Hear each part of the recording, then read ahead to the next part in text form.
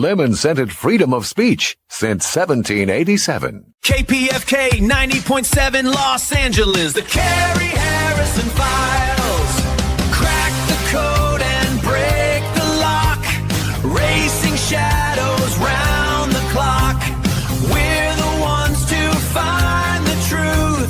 For every soul denied the truth. Yeah, we'll find the truth. The Cary Harrison Files. And it is the Cary Harrison Files. Welcome, welcome. Glad to have you aboard. And to the goddess Renee, it's in the folder. And only I know what I'm talking about, and only she knows what I'm talking about, too. Live streaming, as you know, on YouTube, on Substack, on Instagram, Real Cary Harrison, on Instagram. Best way probably to watch it, because then it's in your mobile portrait phone. So you just simply hold up the phone. There we are. And as you go, come and go, we go with you. So there's no such thing as it running out of gas. Well, civilization used to have standards, didn't it? A man drank water from a hose in the backyard while standing next to a rusted grill, and a dog eating charcoal briquettes, and nobody needed a TED Talk about hydration wellness journeys.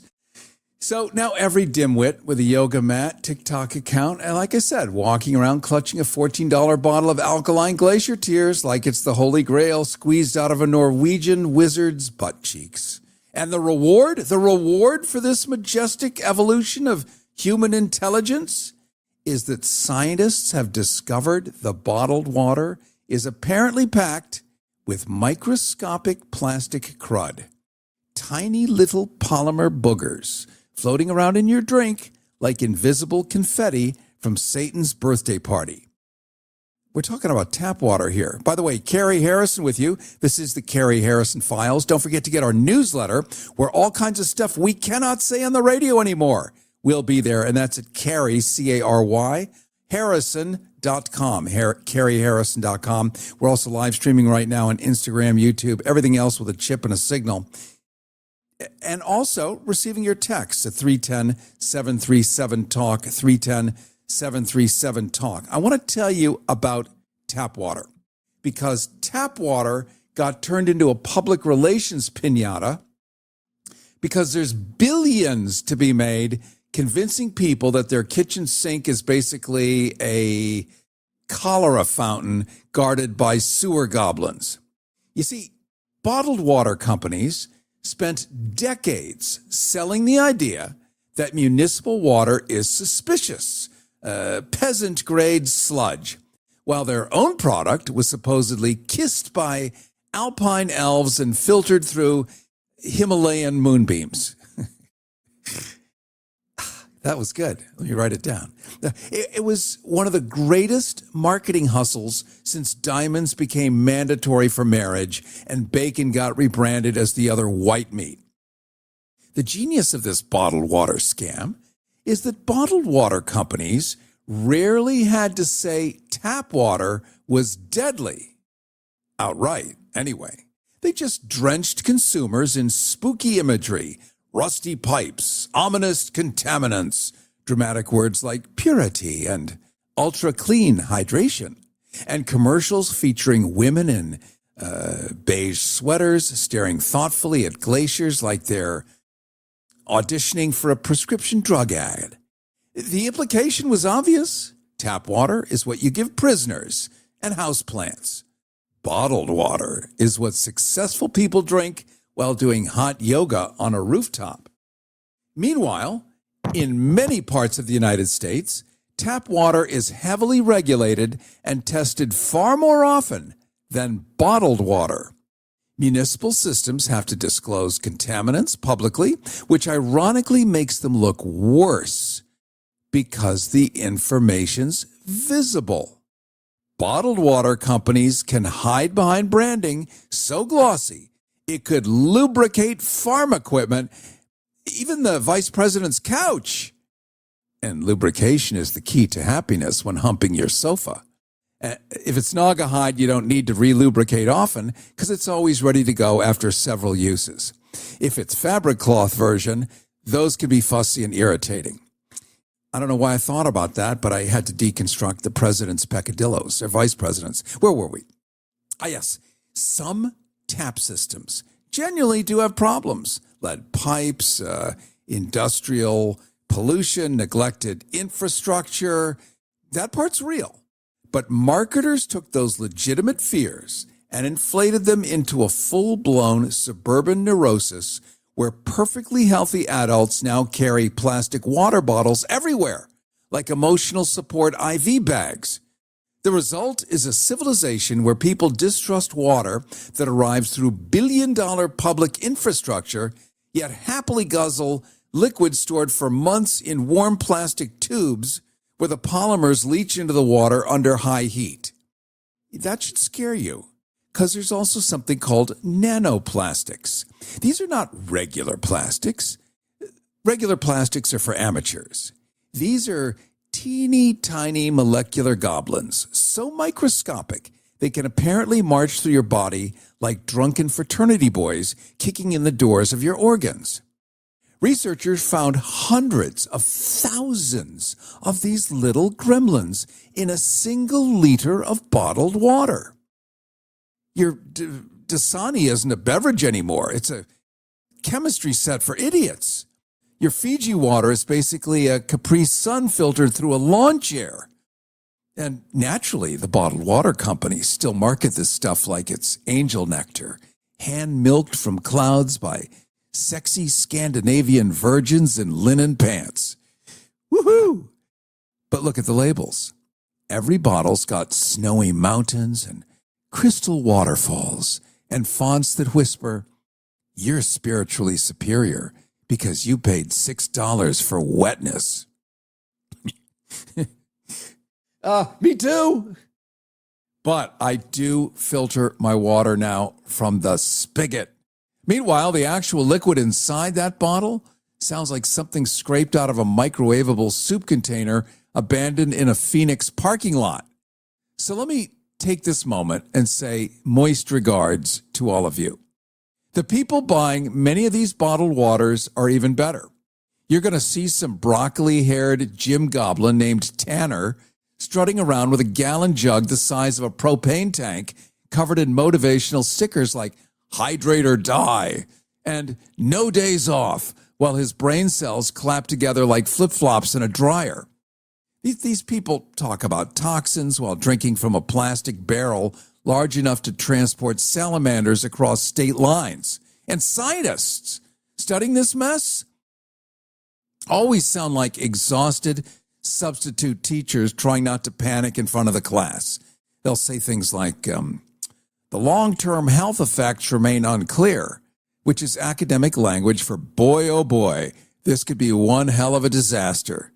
They've already found microplastics in lungs, blood, placentas, testicles, and probably somewhere inside Congress, wedged between lobbyist checks and cocktail shrimp.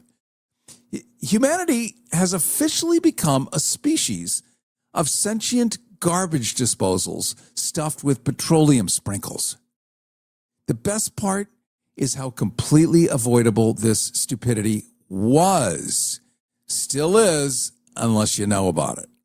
Humans took perfectly good water, which literally falls from the sky for free, and decided it needed to be trapped inside disposable plastic torpedoes shipped around the planet by diesel engines the size of apartment buildings.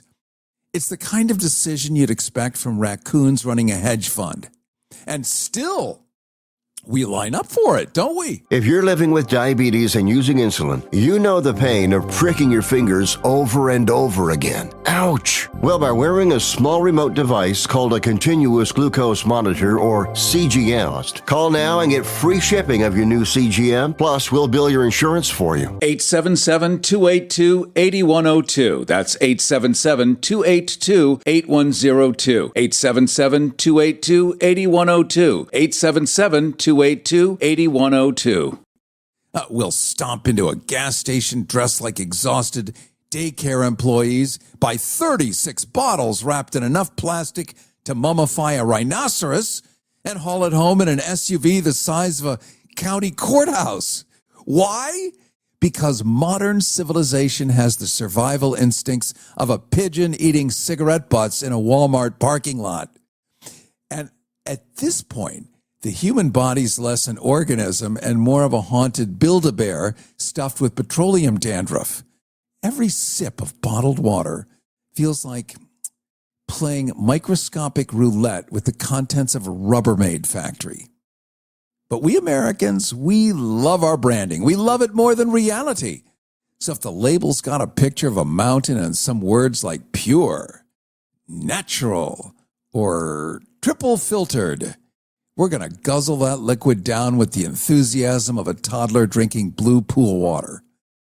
Meanwhile, Bobby Kennedy has paved the road for kids to be able to fry in tanning beds. This is clearly making America healthy again. This is the same carnival midway of wellness geniuses that spent years screeching that tap water was toxic goblin broth, while bottled water was supposedly squeezed fresh from the kidneys of alpine cherubs. The same MAGA Maha, say that. So make America great again, make America healthy again, MAGA Maha. Okay, we're going to coin that one right here on the show. The same MAGA Maha experts, so you can't even say experts after it, because the word shouldn't be there. Yeah, those ones who look at municipal water reports written by engineers and chemists are now out here defending teenagers roasting themselves in ultraviolet easy bake ovens because sunshine is natural. Natural. You know, hemlock's natural too. So is getting kicked in the nuts on the soccer field. This whole movement has the intellectual rigor of a gas station sushi tray left on a Nevada dashboard in July.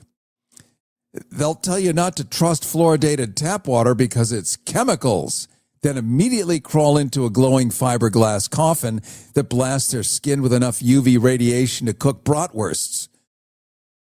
Have you been to a dermatologist? I think most of us have if you're over 50. Dermatologists have compared tanning beds to lying outside at the equator at high noon. Except apparently the tanning bed cranks the UVA rays up like a West Hollywood meth dealer adjusting nightclub speakers. And the logic behind all this? This magnificence in its idiocy? Tap water? Dangerous government poison. Bottled water in warm plastic tubes marinating in microscopic petroleum particles? Pure. Sunscreen? Tyranny paste, invented by Big Lotion. Artificial ultraviolet death chambers. I'm just trying to find a way to describe it. For teenagers? And this is according to Bobby Kennedy. I mean, let's just pick a group and actually create a pathway for them to go tan. It's freedom.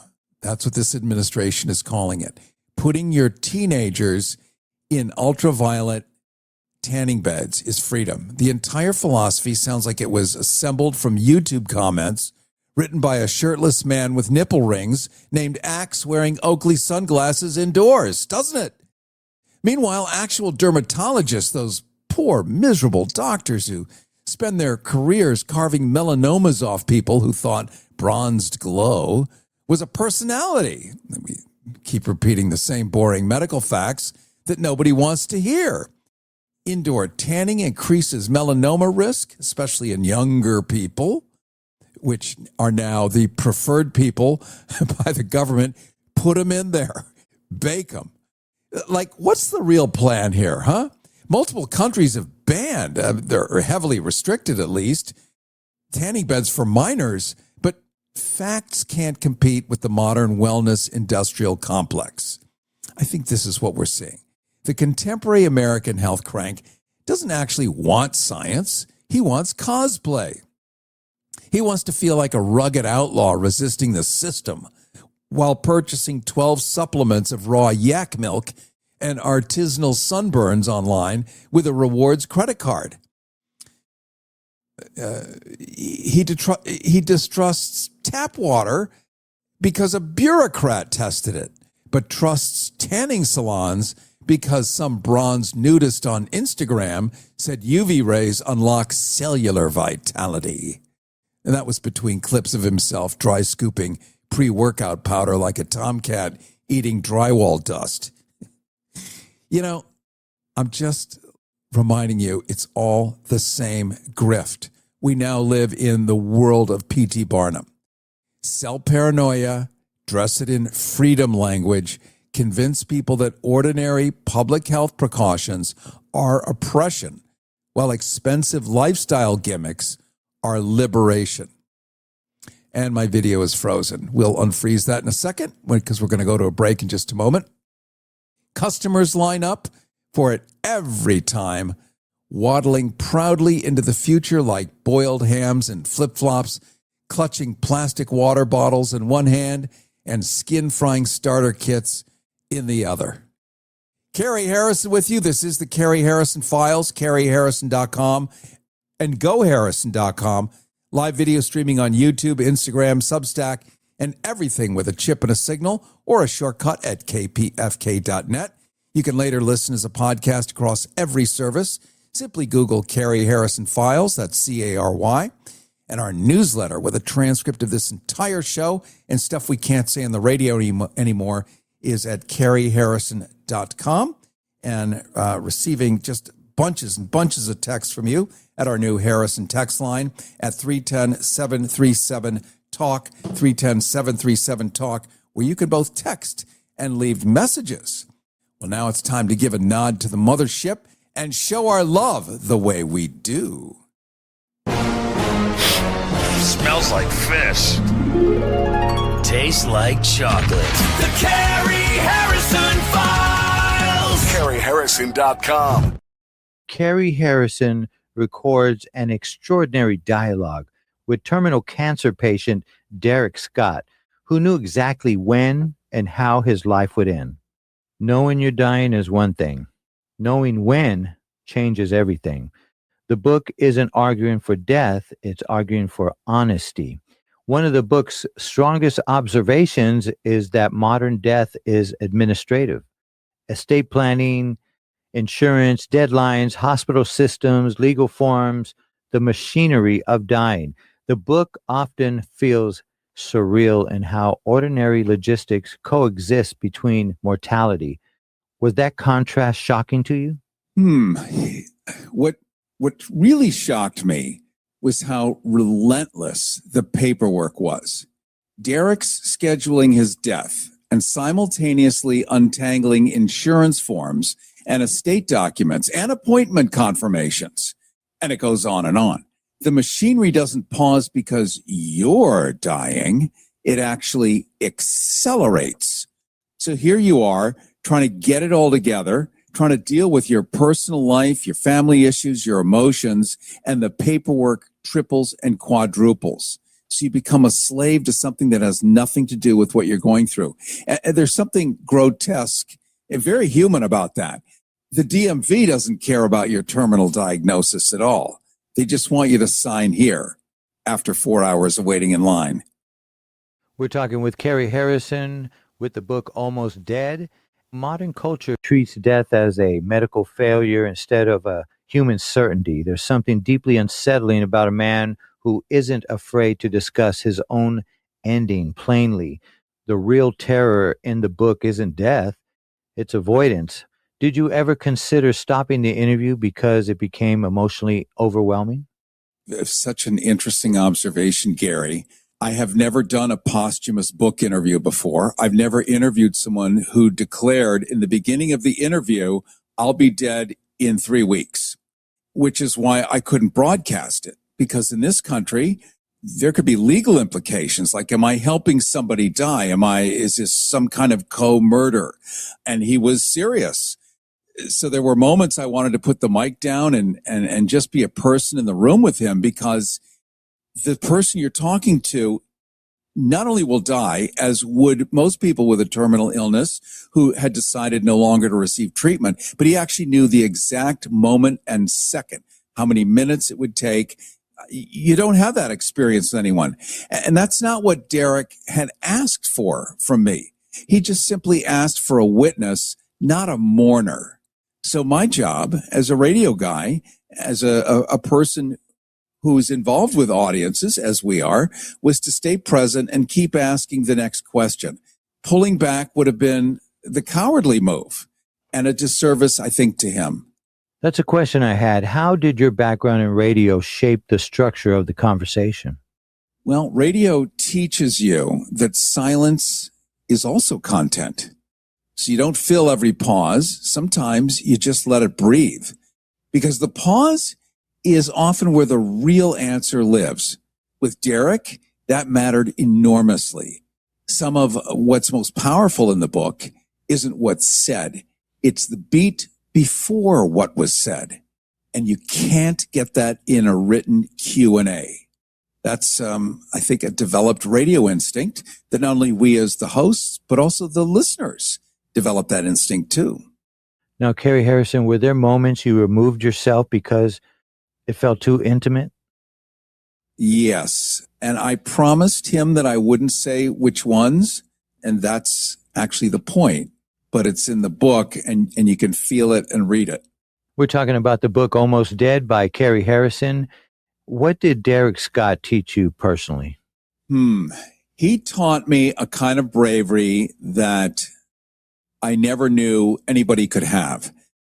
It really is a book. His story is a story about having to let go before it's time and doing it on your own terms, where you're not just sort of sniveling all the way out in a horrible victimhood.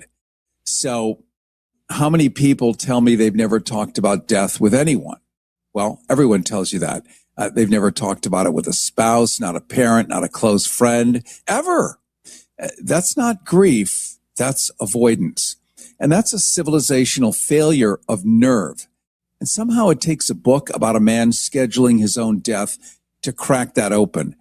This, I think, is really a first. So that's why I did it. Here's a good question. Did writing this book change how you think about your own mortality, Cary? Well, absolutely. I mean, who wants to think about their own mortality? When you're 16, you're immortal. You jump on a skateboard, you high dive into cement pools, you jump off of cliffs. Then when you're in your 20s, it becomes normal. You stop thinking about, am I going to splat? But when somebody is in front of you and you realize that you're, entering the act 3 of your own life, you actually have to think about it. Many of us right now listening are thinking about wills or have begun one, have named people that are going to be their beneficiaries. It's like very real. So it made it specific instead of abstract. Before Derek Scott, death was a concept that I understood intellectually. Even though I had parents who have passed, I was there at their bedsides, like 3 of them, grandparents, but it was different. It was them and not me. This puts the light back on me, but now I have tools that I never had before because I had someone guide me through the process of being in charge of it, going to the finish line on his own terms. So after, it's a conversation that I've had now with other people, and it's not the same thing. I'm not going to pretend that I've made peace with it, but I can now look at it now without immediately looking away. What do you hope readers confront about themselves after reading the book? The gap between what they say they believe about dying and how they actually behave when it gets close. Most of us carry a philosophy of death that collapses the first time that it's personal. Derek Scott stress tested that. I'd like readers to do the same while there's still time to think it through. Pledge your support for Derek Scott.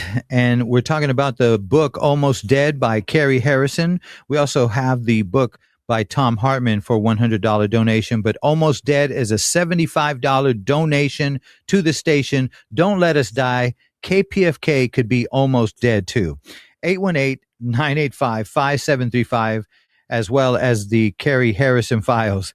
818-985-KPFK. Pledge at any amount. Get yourself a t-shirt, tote bag. That's for a $60 donation. But we had Margot from Linwood put up $250, so we're $750 short of our $1,000 goal. This is Cary Harrison's last fund drive show. Give Cary some love and show management that this show stays on the air. Let them know that you appreciate the Cary Harrison files. This is the last fund drive show for Cary Harrison. This is the last chance to make your vote count for Cary Harrison. Please call and pledge your support for this program at 818-985-5735. Pledge at any amount. If humor was a muscle, Cary Harrison would be buffed. Let's match the $250 pledged by Margot and Linwood. So that means 7 of you pledging $100, getting the book Almost Dead for a $75 donation. Or how about Tom Hartman's The Last American President, $100 donation. Or The Big Cheat, how Donald Trump financed him and his family. 818-985-5735, 818-985-KPFK. And 2-3 of you calling at 818-985-5735, extension 2 to donate. Get the book Almost Dead. And Cary Harrison, back to you.